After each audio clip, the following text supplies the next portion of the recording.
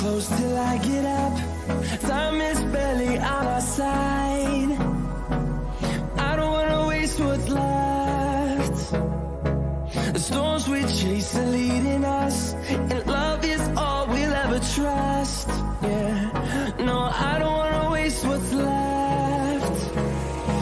And on we'll go, through the wastelands, through the highways, till my shadow turns to sun rays. And on we'll go, through the wastelands, through the highways, and on we'll go.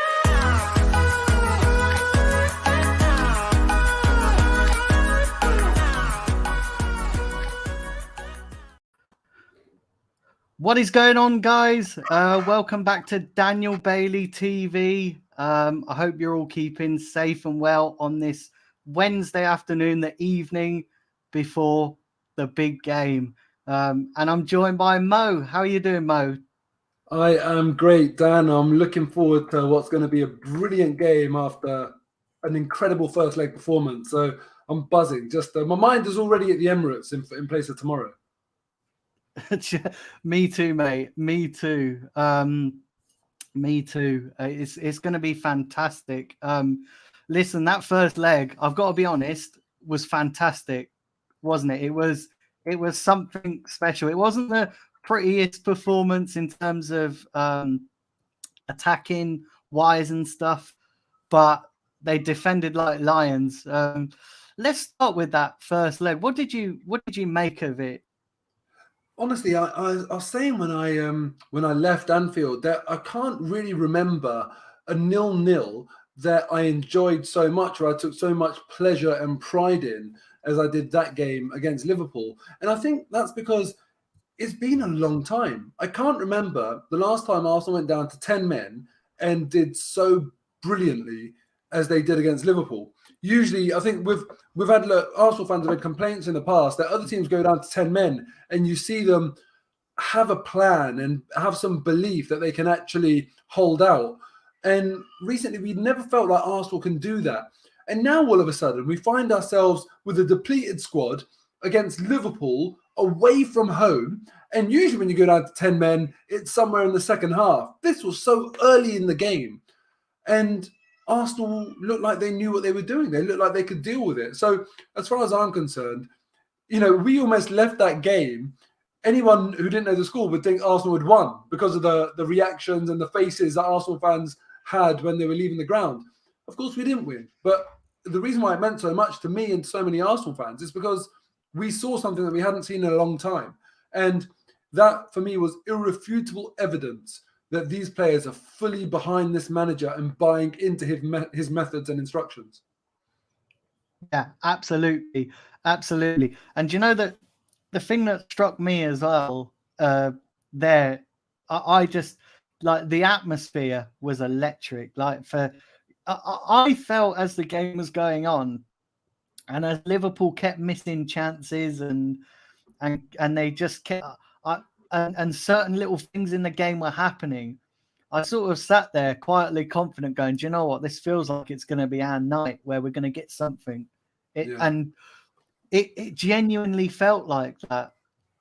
Yeah, I know what you mean. And I think with cup competitions, because obviously, like for people that don't know, in the Premier League, you get a certain allocation, and that allocation is lower for away fans than it is in cup competitions because you play home and away. So both games cancel each other out. There's no advantage. But in cup competitions, because it's only one leg, of course, you get that bigger allocation to take away some of that home advantage to make it more fair because you don't get that home and away.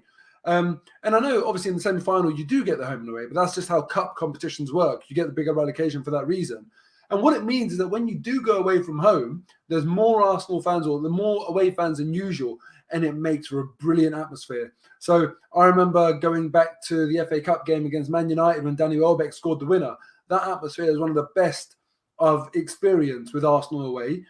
And this is the best 0-0 atmosphere I've ever experienced. And I just think to myself, had Bukayo Saka put away that chance, it would have been absolute madness in the stands.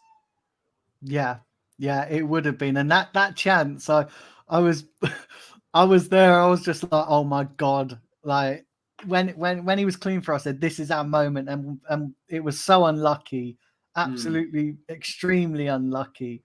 But what was you a bit worried when Granit Xhaka went off? Because there was a moment where I was like, here we go again. This is where it all falls apart. And it didn't. And actually, Granit Xhaka going off kind of helped us because we knew what we had to do for the rest of the game, and that was just defend, defend, defend. Yeah, you're right. You know, it was a funny one because obviously when Granit Xhaka got sent off, in my head, I thought to myself, before the game, if we come away with just one goal in the tie, or like if we're just one goal behind, if it's 1-0, 2-1, 3-2, we're in with a chance. When Granit Xhaka went off, I thought to myself, 2-0 will be a good result. You know, if we lose 2-0 now, that'll be a good result. It's probably the best we can hope for. I cannot believe that we managed to keep it 0-0. And you know what's really interesting as well? As you say, when he went off, it almost helped us in the sense that we knew what we had to do. There was no, you weren't confusing your job with having to get forward and defend. It was just a very clear training session, defense versus attack job. And prior to him going off, I actually saw Lacazette really getting stuck into Sambi Lokonga because Lokonga wasn't doing what Lacazette wanted. Lacazette was tracking back and Lokonga wasn't kind of being on the front foot in terms of doing his midfield job. And I saw them going at it. And I also saw Xhaka and Gabriel kind of having a go at each other, not in a negative way, but just kind of, having a go at each other. After Granit Xhaka went off, I didn't see any of that. It seemed like after that point, everyone was on the same page. And because it was a less complex tactical game for Arsenal, it was just a case of defend. So 100% on that, yeah. Yeah, no, I agree. Yeah, no, I agree with you. I think it's one of them. I think Granit Xhaka going off, it was sort of a little bit like at the beginning, earlier in November when we played them in the league, and that Arteta Klopp incident changed the whole complexion of the game, and we crumbled. I felt like Granit Xhaka going off. It felt like a bit like that again, but then it seemed to just galvanize us. It seemed to just go, do you know what? We're not going to roll over this time. We're not going to just crumble like we have done in recent years at Anfield. And I was extremely proud, especially with the team that was out there. And, we were missing a few key players. And it was, look, I genuinely believe that the advantage is in our favor now because we're back on home turf. The atmosphere tomorrow is just going to be electric. Yeah. It's going to be. Do you think that? Do you think that we will? We will. Obviously, we can't really go that strong tomorrow. But do you think that we will? Do you think that we've got an advantage being at home, or do you think Liverpool are just going to come and do what Liverpool do best and steamroller us? Look, let's be really honest about this. That is a potential. Liverpool, even without Salah and Mane, have got the potential to be absolutely devastatingly good. And even in the game at Anfield, the 0-0, they started off, I can't even explain it. It was tiring watching the game, even from the start. Their press was phenomenal. Arsenal barely got out, even with 11 men. And they will obviously come all guns blazing. But of course, we have a good record at home this season, and we have that home advantage. This season, I think, in the league, maybe now because of the games are out of sync in terms of Man City have played more than Arsenal. But when it was all in line, the number of games played, Arsenal had the joint best record in the Premier League in terms of points gained from home games played. So we have made our ground a fortress, and we have to make sure that that's also the case when it comes to cup competitions as well. Clearly, we've seen us Nottingham Forest away in the FA Cup. We're not the same team away from home, league or cup. But what I want to make sure is league or cup, we are that same team at home. And that should mean that we can absolutely get something out of the game tomorrow. And I'm really, really looking forward to it. Everyone, because of that first leg result and that performance, is going to be bang up for it. Yeah, no, they are. They are. I want to ask you a couple of questions about Arteta's press conference. I don't know whether you've had a chance to read some of the quotes, but he was asked about what lineup he was going to pick, and he was sort of a little bit. He didn't really say anything. Do you think he's playing mind games, or do you just genuinely think he doesn't know yet? Because I was listening to his quotes when he was asked about what players are back and what players could be injured. I felt a little bit like he was playing mind games, and I've got to be honest, I sort of like that. I don't like the fact that recently, before Arteta come to the club, we've been too honest. Do you know what I mean? And other managers play mind games. I sort of like the fact that he's keeping his cards close to his chest when it comes to this situation. Yeah, it's an interesting one because look, the mind games will work more with some teams than others. Like if you're playing a team that's going to be reactive to your lineup, so if we're playing a team that's going to react to what Arsenal have available to them, then the mind games, I think, really work. But with Liverpool, I think the only area of the pitch that they might tweak a little bit is perhaps central midfield. It's because they're not going to drop Robertson or Alexander-Arnold. They're not going to change their back two of Van Dijk and Matip. And, up front, well, they're quite limited anyway at the moment, but certainly Jota, Firmino will play because Salah and Mane aren't there. So it all depends on, well, do you think Liverpool would have a different game plan and select different personnel if they know that Smith Rowe, Ødegaard and Saka are definitely fit versus them potentially not being fit? And actually, I think that they would select maybe different players because if we look in North London derby, Saka, Smith Rowe, Ødegaard were they were all unavailable as far as we know, right?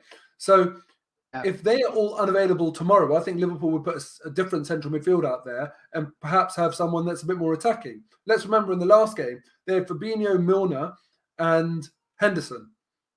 I think you can go slightly more attacking if you think Arsenal are going to be playing Lokonga and maybe Callum Chambers in midfield, for example. So I like the fact that Mikel Arteta is keeping his cards close to his chest because, let's take every single advantage that we can. Yeah, absolutely. No, I agree. I absolutely agree with you. What sort of lineup do you think he'll go with tomorrow? Do you personally think he'll go with? Because there's been reports that Smith Rowe, Ødegaard, and who's the other one that was injured? Saka. Do you think those will be in? I think they'll be in. What sort of lineup are you expecting tomorrow? Full strength, absolute full strength. We're one game away from the final, and we've got that home advantage. I think Saka, Smith Rowe, Ødegaard will all be back. Clearly, they might not be fit or something, but I think they'll all be back personally. I think Martinelli and Lacazette will complete that front five. And then it will be interesting to see what we do when it comes to the back five in a way. I imagine, Lokonga will have to play because we need some sort of defensive. Because if we're thinking about it now, Lacazette up top, Saka, Ødegaard, Smith Rowe, Martinelli. That's all very attacking. And then I don't know. Maybe that's too attacking for a team like Liverpool because then you've got whoever's going to play right back. Let's say that's Chambers or Cedric, Ben White, Gabriel, and Tierney and Ramsdale. I don't think that's enough of a bite in midfield. So maybe one of those guys that I've just mentioned in terms of the front five will need to come out for Lokonga. Who knows? It's going to be a difficult one, but I think it'll be full strength. Yeah. Big ups. I just want to say hi to everybody in the chat. Do remember to hit the like button and subscribe if you are new to the channel. We go marching on. Hopefully we can hit 5K by the end of the season. So yeah, do hit the like button and subscribe. And that's another thing we got to remember as well. There's no away goals in the League Cup. So I think that actually plays to our advantage as well. But then let me ask you, what would you do? You know, with the front five and the back five I've spoken about, and obviously Lokonga completing it, would you sacrifice Smith Rowe and Odegaard to get someone else in next to Lokonga who's slightly more defensive minded, or would you go with, in effect, you could say our best players, but maybe not the best balanced team? I would. Do you know what? Right, I would go with our strongest attack. I honestly, yeah, I'm not sure I would sacrifice an attacking player. I would go with our strongest attack, because the problem is as well, we've got no Granit Xhaka for this game, have we? Exactly. So, yeah. So I'm not sure who we would bring in to sort of sit beside Lokonga. There's not really many options. None of them that fill me with any great confidence. Yeah, I can only imagine it'd be Ben White being pushed up or Callum Chambers coming in for a DM job. Yeah, that could happen, or he could go. Yeah, he could. Thing is, we're at home, aren't we? Yeah. You know, we're at home, so we've got to.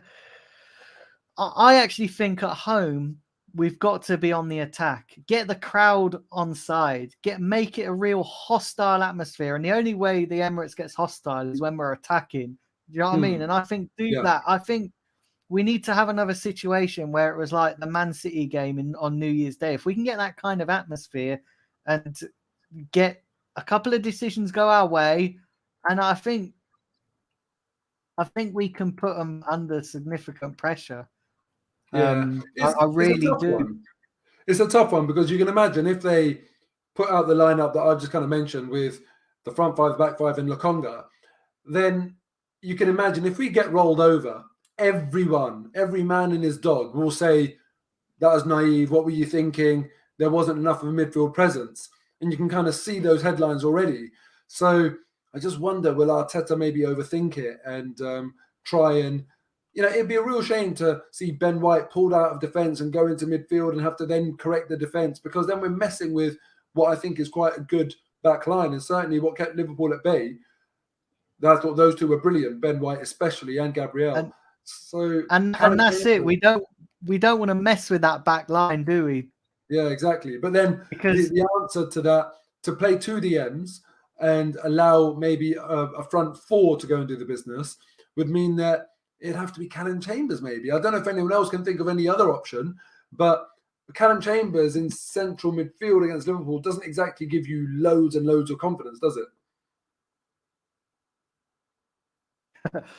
Joanne in the chat saying as a bonus we ain't got Xhaka, not a problem. What do you think of Xhaka? And what do you think of the red card? I actually think it's. Do you know what? I'm not surprised. It's typical Granit Xhaka.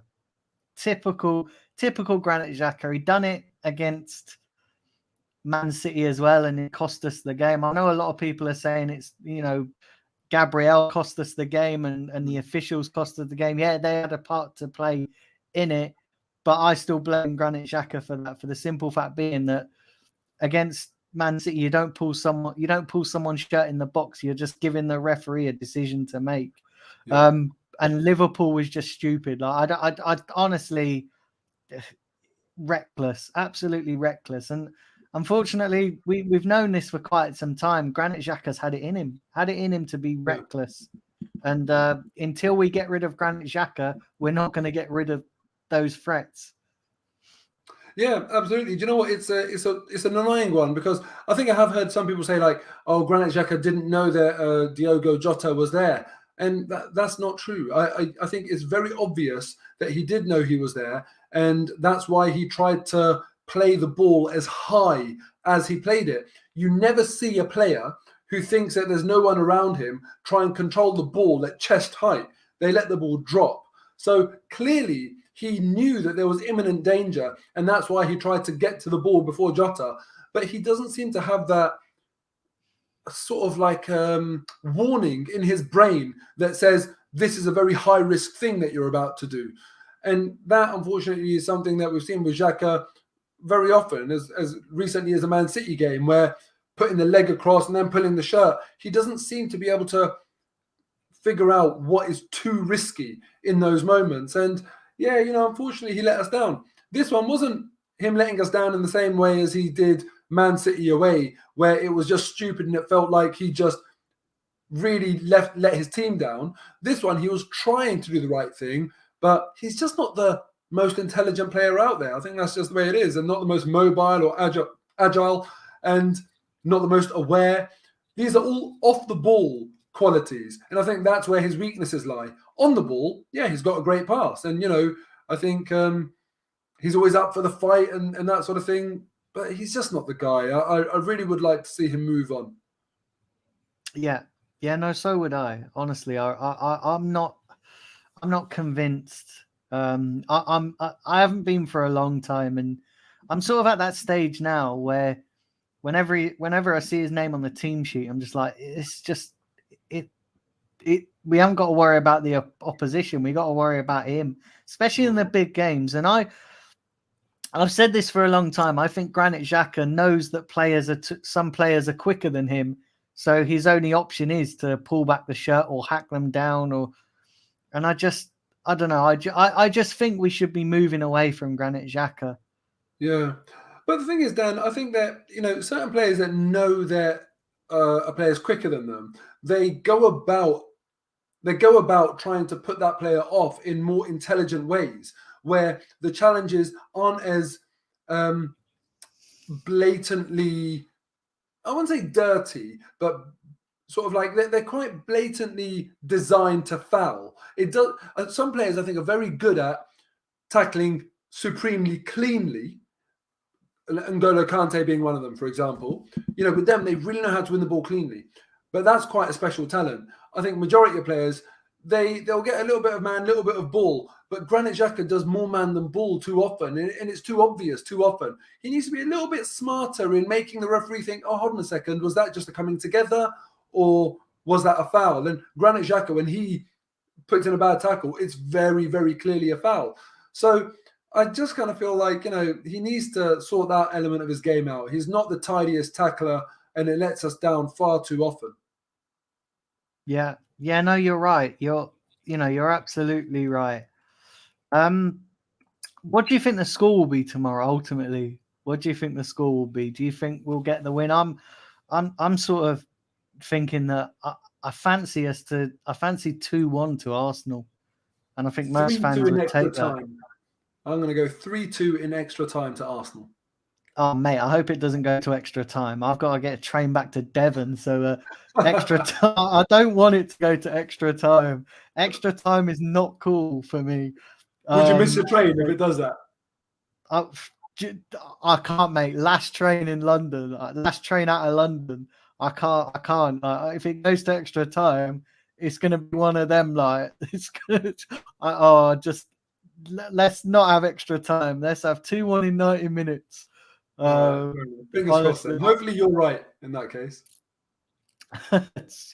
Yeah, definitely. But yeah, I think it's going to be a good game. I just wanted to ask you one more thing though. Like, let's say, for example, the rearranged North London derby. Granit Xhaka's playing in that game.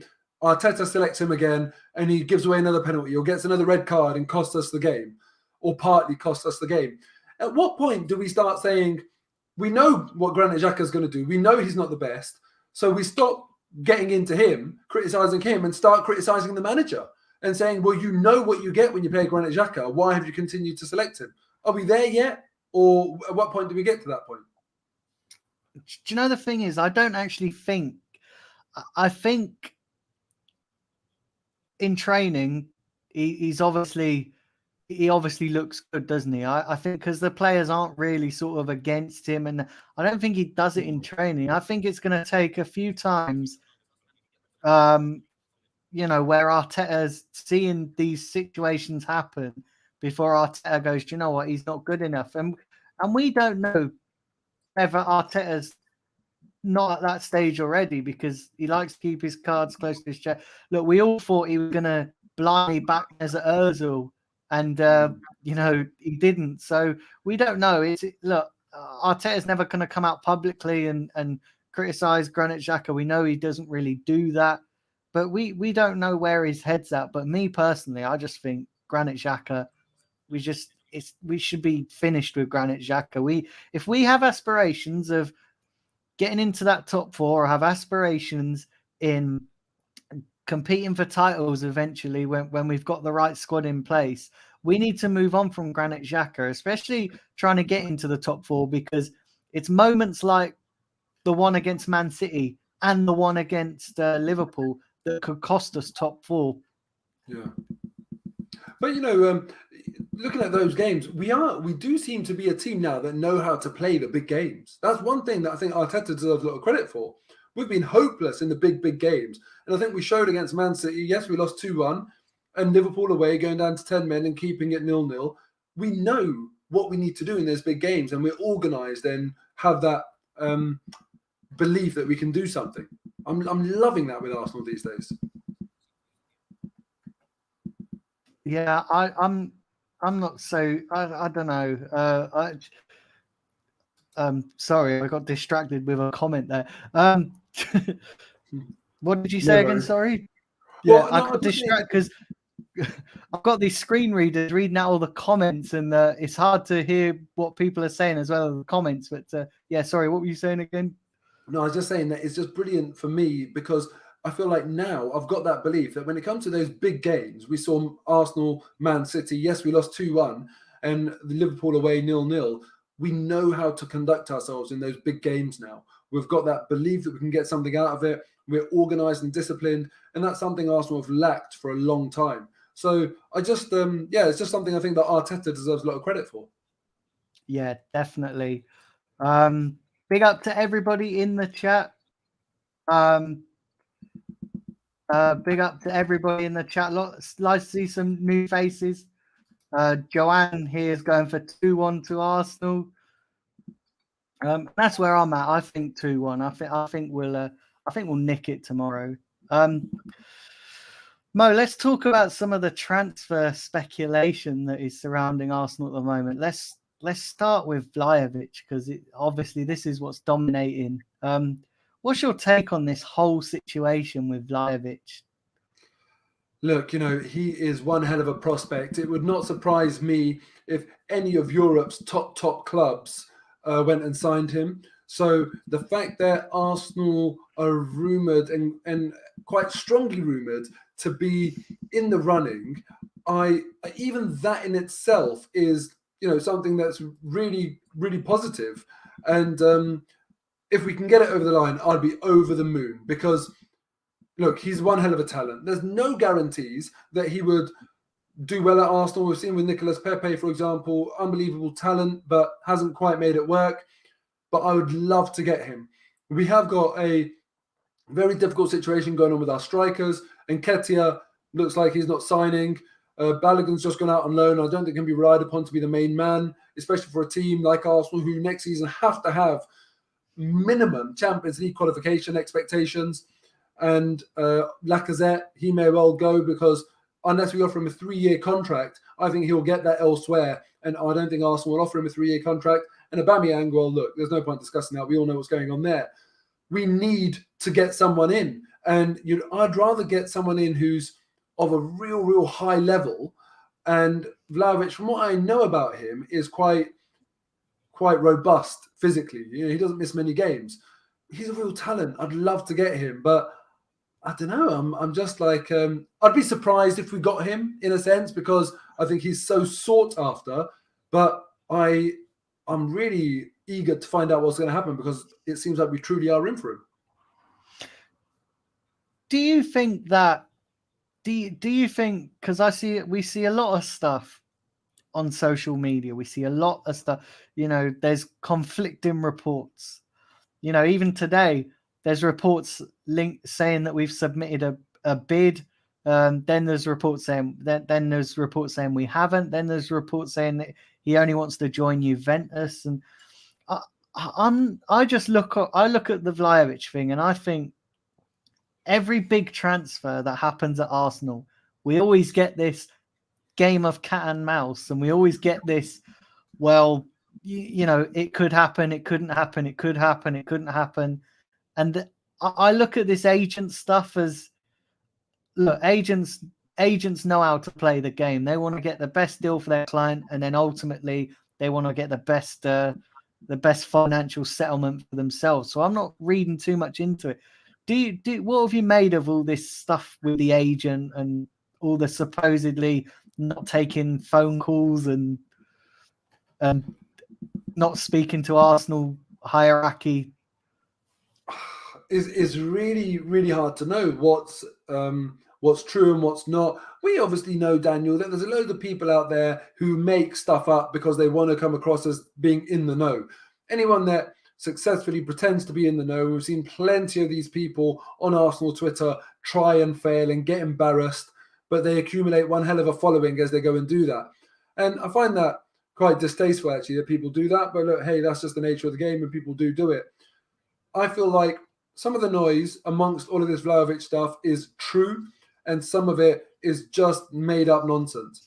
Whether the agent element of all of this is made up nonsense is something that I'm quite curious about, because when you go out and say, oh, the Vlahovic thing is going to happen, when it then doesn't happen for a week or two, you need to find some stories or some explanations as to why there might have been a delay. And this to me seems like a delaying tactic. So I really don't know. I just think to myself, if it's that public that an agent is acting like that, then I certainly don't think a player would be very happy, because it makes a player come across like he's working with absolute cowboys. The player is the one who's the one that faces the public. The agent is in the shadows. So if I was a player and my agent had a reputation like that, or that came out, I wouldn't want to be associated with that. Can't imagine Vlahovic is too happy if that's the truth. And, maybe if it's true, maybe it's been leaked to make sure that Vlahovic puts the pressure on the agent to not have these demands, because obviously it's a bad look for everyone involved. I hope it's not true, though, because I'm not sure Arsenal will pay the agent what he's rumoured to be looking for, which is what, £10 million or a 10% sell-on fee is one of the two that I've heard. Yeah. And the other thing, you have to ask yourself as well, and this is probably why I do think that I genuinely think that we'll get Vlahovic. If the agent and the player didn't want to come to Arsenal, why would Arsenal be sticking around trying to get him to come to the club? I'm sort of sat there thinking, well, look, we know that Arsenal have historically had bad transfer policies in the past, but the last two windows that they've okay, yeah, you can argue the quality of player we've signed has not been good enough. Listen, that's up to personal opinion, but the way they've gone about business, they've gone and got the player, and they've got, the players come. So I just look at this and think, I just think stuff needs to be ironed out. I can't imagine Arsenal I can't imagine Arsenal essentially flogging a dead horse. Do you know what I mean? If the player said, sorry, not interested, or the agent said, sorry, doesn't want to come to Arsenal, why would Arsenal be sticking around? I'm not so sure that they would. And I know I know they're bad. I know the hierarchy are bad, and trust me, I've seen it firsthand. The hierarchy. Everybody knows that I get to speak with people at the club as part of my role as the Disabled Supporters Association on the fan advisory board. So I've seen the inexperience that some of these hierarchy have, but I just can't imagine them sticking around in with a deal that is essentially not going to happen. Of course, yeah, I agree with that. And that's why transfer rumours can be so complicated, because Arsenal might go and do a complete left field move. It might be like Alexander Isak or something. And this could all be, as they famously call it, a smoke screen. You really, really never know. This could be a case of Arsenal leaking all of this stuff out, not denying it, and then pursue another player with sort of a vague interest to say, look, we're after Vlahovic. If that doesn't happen, how much would we need for this player? And come across like a not highly motivated buyer. And then all of a sudden we get an announcement that Arsenal have gone and signed someone completely random. I was looking at Patrick Schick in the Bundesliga, scoring goals for fun, absolutely bossing it this season. And, he doesn't, there seems to be no rumours about him. I'm just saying it's very, very hard to read. We've just got to bide our time. And I don't like to get too invested in transfer rumours. I keep aware of them, but I'm not here expecting an imminent announcement or getting really, really emotionally involved with Arsenal signing Vlahovic because, tomorrow a player can get injured and then another club goes and buys him. Do you know what I mean? If a star striker gets injured tomorrow, someone else goes to buy him. So, we'll have to see what happens. But as I say, I'm happy that Arsenal are even linked with a player of his value and calibre because he's so sought after. It shows. Look, Arsenal are still in there amongst the very, very big dogs looking for these top talents. Yeah. Let's look at the midfield situation. We're being linked to Arthur. What do you make of this one? There are rumours today that Edu met with his agent. Would you take Arthur? I mean, I like him as a player personally, but do we need him now with Partey coming back so soon from the African Cup of Nations? Well, the thing is for me, first and foremost, in a January transfer, what I want from a player who's coming in January is someone that's been playing week in, week out, getting regular minutes. Yeah, either that or for some reason they're not playing, but they are a top talent. So if, for example, Arsenal signed, I don't know, let's say, for example, we had instead of a midfield crisis, we had a left wing crisis, and we signed Gareth Bale, I'd say, do you know what? Fair enough. It could really, really work. He's out of favour, but we know he's got loads of quality. The problem I have with Arthur is that not only do I not think that he is like top quality, I also, looking at his appearances this season, he's only made 12 appearances, 7 of which are in the league. And I think to myself, well, is he really going to be sharp? Is he going to come in and make an instant impact? In summer, you can get away with that. But in January, he needs to kind of be instantaneous. So I'm not over the moon personally about signing Arthur, but, we have to sign someone. So I'd rather sign him than nobody. But when you look at Bruno Guimaraes, for example, I'd much rather go and get him. Or the rumours have died down, but Yves Bissouma, if we go and get someone like him, that would truly excite me. But Arthur would be like, let's say, a good insurance signing. Yeah. I would take Yves Bissouma. The only problem is I'm not sure that Arsenal will pay that for him in January. If we went out and got Bissouma and Vlahovic, that would be an excellent January transfer window. Yeah, and I don't think that's possible. Yeah. Yeah, no, I don't. But look, we can dream. Do you know what I mean? It's the hope and dreams that kill you. It's just it's mad. But I don't know. I was saying yesterday, I do genuinely feel a shift when it comes to Arsenal in the way that we've done things previously to the way that we're doing things now. I genuinely look. Everyone's going to still question until we see it transform on the pitch, obviously, of course. But I just genuinely feel with the way that the club is moving, I feel like we're moving in the right direction rather than the wrong direction. Yeah, absolutely. I agree with that. We certainly have to give some credit where it's due with the current hierarchy because, yes, they have, pulled out some brilliant moves in the transfer window. I don't think any of us were really expecting that. I didn't have faith that all of these players would perform as well as they have. So we are moving in the right direction. I'm really, really happy to be sort of pleasantly surprised about that.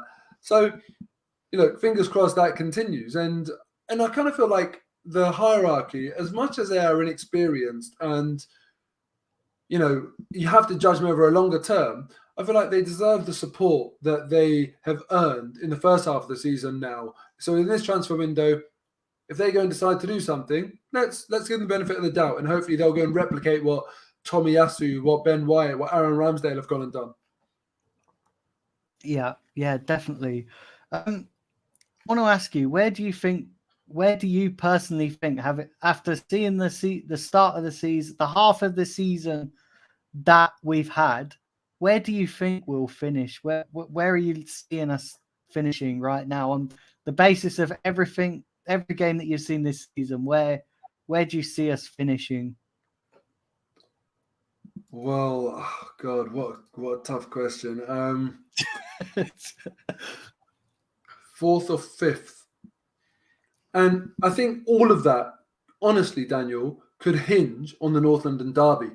I think that is such a hugely important game. It's so just unbelievably massive that I'm not surprised Arsenal did everything that they could to postpone it. We have to, at the very least, avoid defeat in that game. And I think that's true for both teams, because Arsenal are ahead, but Tottenham have got the games in hand. Whichever team loses that, it's, I think, going to be pretty catastrophic for their confidence and their run into the last sort of part of the season. So, and then also with Man United as well, yes, I know they're a joke at the moment, but they're only 3 points behind us. And we've got to play them at home, don't forget. So even they're not out of it. And West Ham, well, they keep on plugging away. They will want to consider themselves to be in the mix throughout. And, it's amazing. We kind of feel like it's just between West Ham, Arsenal, Tottenham and Man U. But also Chelsea now. I don't want to be games in hand FC, but the maths are the maths. If Arsenal win their games in hand, we go level. It's 3 games. We're not going to win every single game and do that, just how United and Tottenham didn't either. But the point is, even Chelsea, if they currently continue to struggle the way they're currently doing, then they could get dragged into that as well. And then you even look at Wolves. Wolves have played as many games as Arsenal, and they're 4 points behind. They've played as many games as Man United. They're 1 point behind. And you think to yourself, God, could Chelsea slip down? Could Wolves climb back? It could get very complex. So that's why it's such a difficult question for me to answer. But I think Arsenal will finish 4th or 5th. And that, I guess, is the golden question. And if I have to really plump for it, I'm going to say 4th. I'm going to be really optimistic and say we're going to do it. I actually do think we'll finish 4th. I dropped a clanger on here the other week when we went out the FA Cup, because I said that that'll do us good, only for this season, because with the squad that we have, we don't have the squad right now to be challenging on 2 cup fronts and top 4. And we don't need any distractions. It's so key to get top 4. And don't get me wrong, I love a day out at Wembley, and I really hope we get it with the Carabao Cup. But I also know that once that day is finished, and whatever the result of any potential cup final is, what then? We're then just essentially back to square one. Whereas top 4, if we finish in the top 4, yes, we might not have a day out at Wembley and a trophy, but we will have finances to improve this squad with real quality, not just scraping by with the young players and trying to convince players to join. They won't need convincing, because we'll have Champions League football, and we know that that's what most top players want. And so I sort of said that, and people disagreed with me, but that's just honestly how I see it. I see it this season. Look, you ask anyone in the club if they would rather win the league, the Carabao Cup, or let's say the FA Cup, or finish top 4. They will all say top 4. For a short-term sort of win, yes, you take the cup.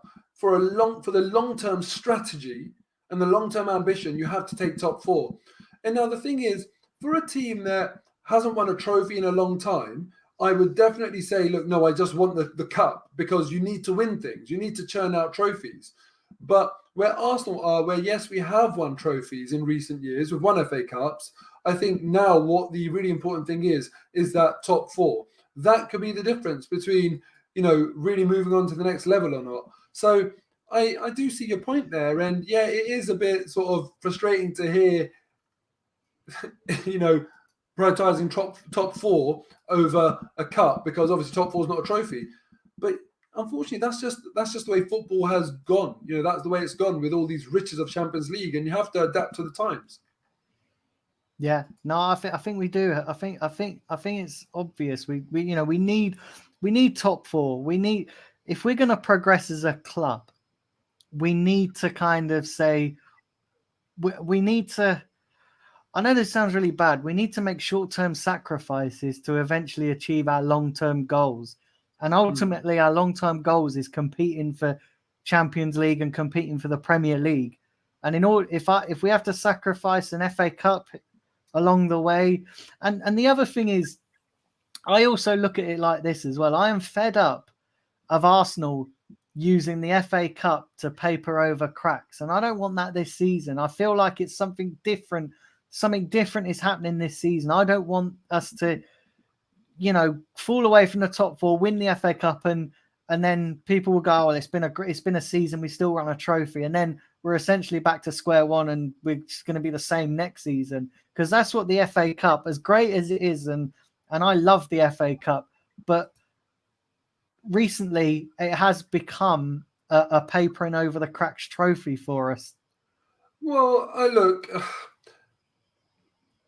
I think I love the FA Cup. I wouldn't say it's a paper over the cracks because it's something special in its own right. But what I would say is that this is the thing that I always try and remind people of. When we have these hypothetical conversations of FA Cup or top four, or for example, Carabao Cup or top four, actually, we don't need to make that choice. We're not in Europe this season. We're not going to be playing our 60th game of the season by the end of the season because we've progressed really deep into every competition. We can go and do both. So Arsenal should have got through the FA Cup.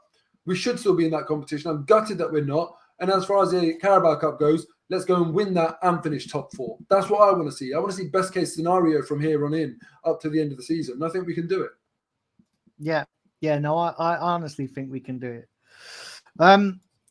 Listen, we're coming to the end of the show. Big up everybody in the chat.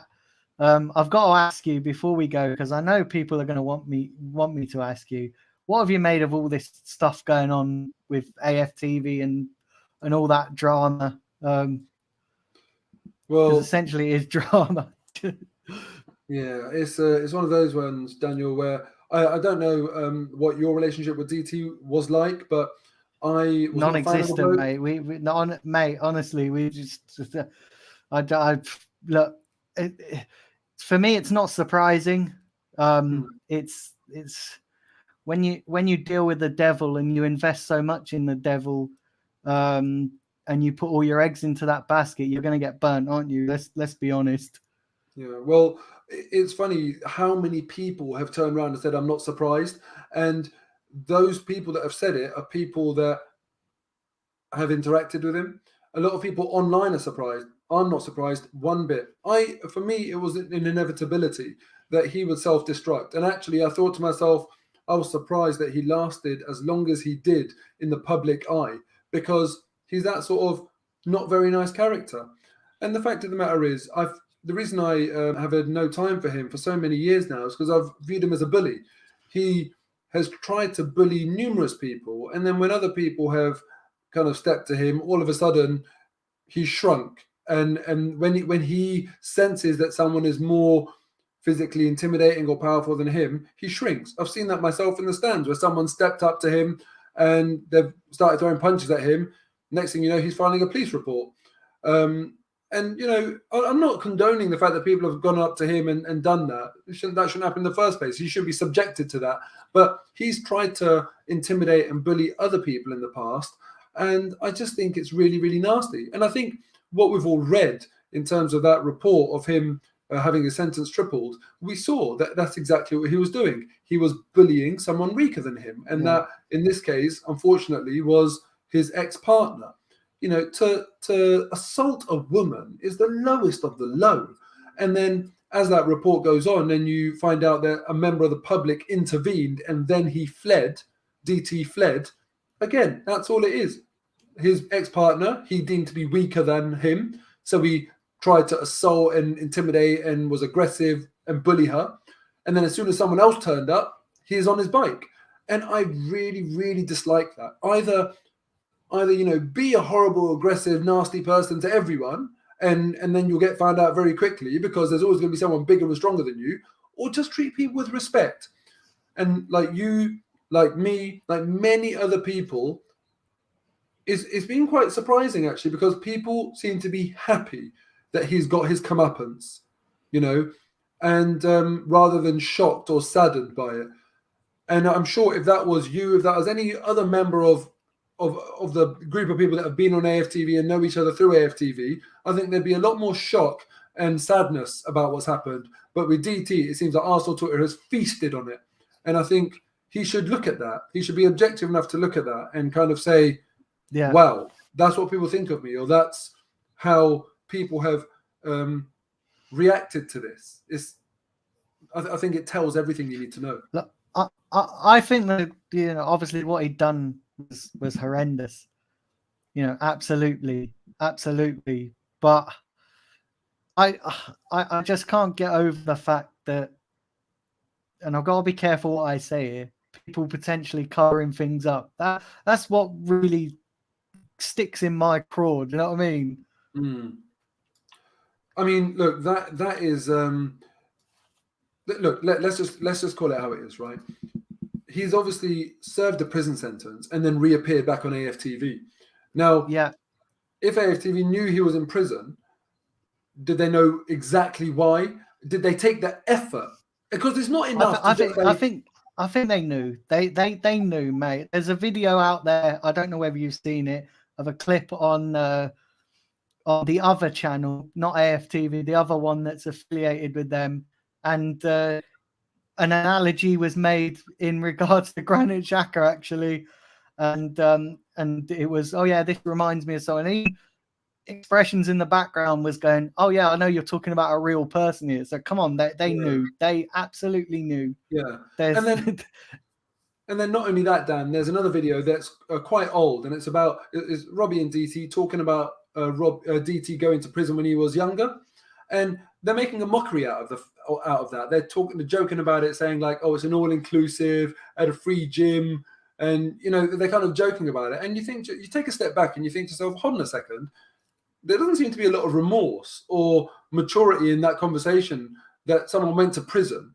You're taking the piss. You're having a laugh about it. You're clearly not taking it seriously.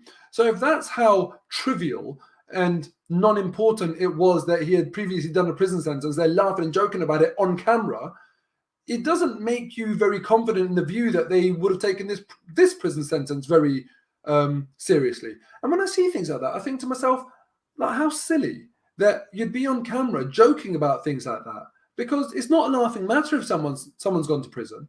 And then not only that, Dan, in November, going back to November, DT's older brother, I think he is, on Twitter, put a tweet out saying, Robbie, I've been trying to call you. I want you to do a fundraiser for DT's appeal. That obviously shows that they were aware of something, at least, in November.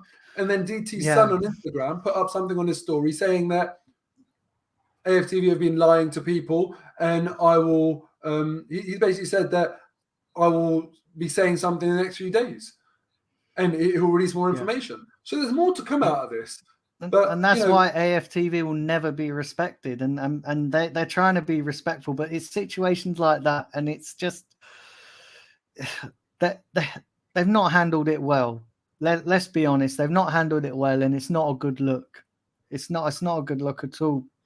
Yeah, I just think that, you know, it's not about doing the right thing when, you know, something happens. Like, they've kicked him off the channel now. You know, when you're talking about a previous prison sentence, don't make light of that. I think that shows you everything that you need to know in terms of how seriously they take these things. And DT shouldn't be laughing about that. AFTV shouldn't be laughing about that. It's going out to hundreds of thousands of people. So, you know, give things the gravity that they deserve. As far as I'm concerned with DT, it's shocking what has happened, what he's actually done. I really hope that, you know, his ex-partner is okay, because it's scary, like, for her to be in that position where she was under the impression that her son or a child was in the car. She's gone out and obviously put herself in danger, and then she's tried to run away when she's realized the child isn't there. Can you imagine how scared she must have been? For a guy to do that to a woman is disgusting. I hope she's okay. And you know what? Hopefully DT will come out of this an improved person, because he needs one hell of a wake-up call and he needs some serious work on himself. And that's the other thing as well. And you make a great point that for all the fanfare surrounding DT and AFTV, we have to remember that there's a victim here. You know, we have to remember that there's a horrendous crime and there's horrendous, there's a victim and there's children involved, and it all playing out on social media is obviously people enjoy that, obviously for the wrong reasons, but we do have to remember that there is a victim and that there are children involved. Yeah, and that's the sad thing, and not just that, but DT's got kids. Any self-respecting father should be putting his children first, not your own jealousy or anything like that. It's a shame for his kids, because their dad's locked up now for a while. Yeah, they are. Listen, we've reached the end of the show, Mo. Honestly, I want to thank you. It's been a really enjoyable show. Thanks for having me on, Daniel. I've enjoyed it. Really good chat. Yeah, no, it's good. It's great to have you on for the first time. Actually, I've had this channel for over, I think, a year and a half. I started it just before the first lockdown, and I've had it for a year and a half, and it's great to finally get you on and to hear your views about the Arsenal. Yeah. Listen, guys, we've reached the end of the show, but I'm probably going to be back on Friday and do the review for tomorrow's game. Also, next week as well, 1 p.m. On Wednesday. Please come and join the show. I'm going to be talking to Arsenal journalist Charles Watts. So please come and tune in. It's going to be a good show. And then lots of other stuff coming up, which I can't actually talk about right now. I've been asked not to talk about, but I will tell you in due course when I can. Thank you to everybody that is tuned in. Do hit the like button on your way out. Do hit the subscribe button on your way out if you haven't done so already. And I will catch you all on Friday. Take care, Daniel, guys. Can I just give a little bit of good news before we go? Yeah, go for it. Leicester 1, Tottenham 0. Patson Daka after 24 minutes. Let's hope it stays. Oh, that's brilliant. That's brilliant. Come on, Leicester. That will be good for us as well. Absolutely terrific for us. Yeah, that will be terrific. Because I always said Tottenham had to lose one of their 2 games in hand over us for us to have a chance, as well as us winning the North London derby. But yeah, that's good. Listen, on that happy note, I'm going to say goodbye, and I'll chat to you all soon.